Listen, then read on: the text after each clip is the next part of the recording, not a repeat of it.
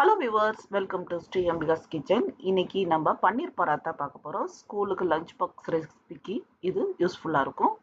இதுக்கு தேவையான இன்க்ரீடியன்ஸ்: ஒரு கப்பு மைதா, ஒரு கப்பு கோதுமை மாவு, எண்ணெய் போட்டு நம்ம சப்பாத்தி மாவு மாதிரி பிணைஞ்சு வச்சுக்கிறோம். கடாயில் ஆனியன் போட்டு ஃப்ரை பண்ணோன்னே சில்லி பவுடர், மல்லித்தூள், பெப்பர் எல்லாத்தையும் போட்டு ஃப்ரை பண்ணிக்கிறோம். ஓரளவு நல்லா வதங்கினோன்னே கொஞ்சம் ஒரு பாதி தக்காளி போட்டுக்கிறோம்.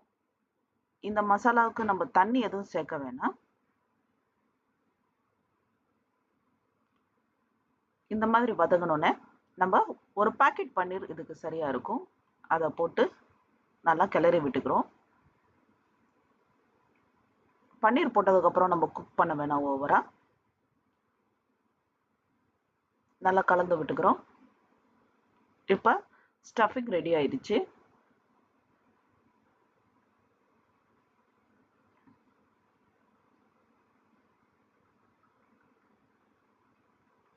இப்போ மாவை சப்பாத்தி மாவு மாதிரி தேய்ச்சி வச்சுக்கிறோம்.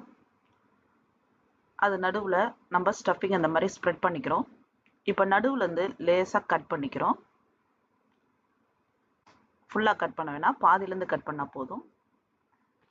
இப்போ அதை அப்படியே எடுத்து இந்த சைட்லேருந்து அந்த சைடு போட்டு கொஞ்சம் நல்லா ப்ரெஸ் பண்ணி விட்டுக்கிறோம்.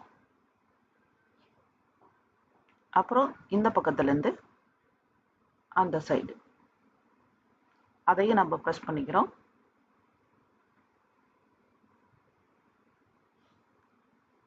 அதே மாதிரி மடக்கி போட்டுக்கிறோம்.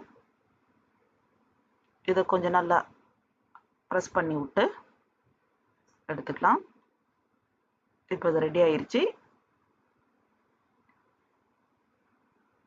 தவா நல்லா காஞ்சோன்னே இதை நல்லா ரெண்டு பக்கமும் போட்டு குக் பண்ணி எடுத்துக்கிறோம்.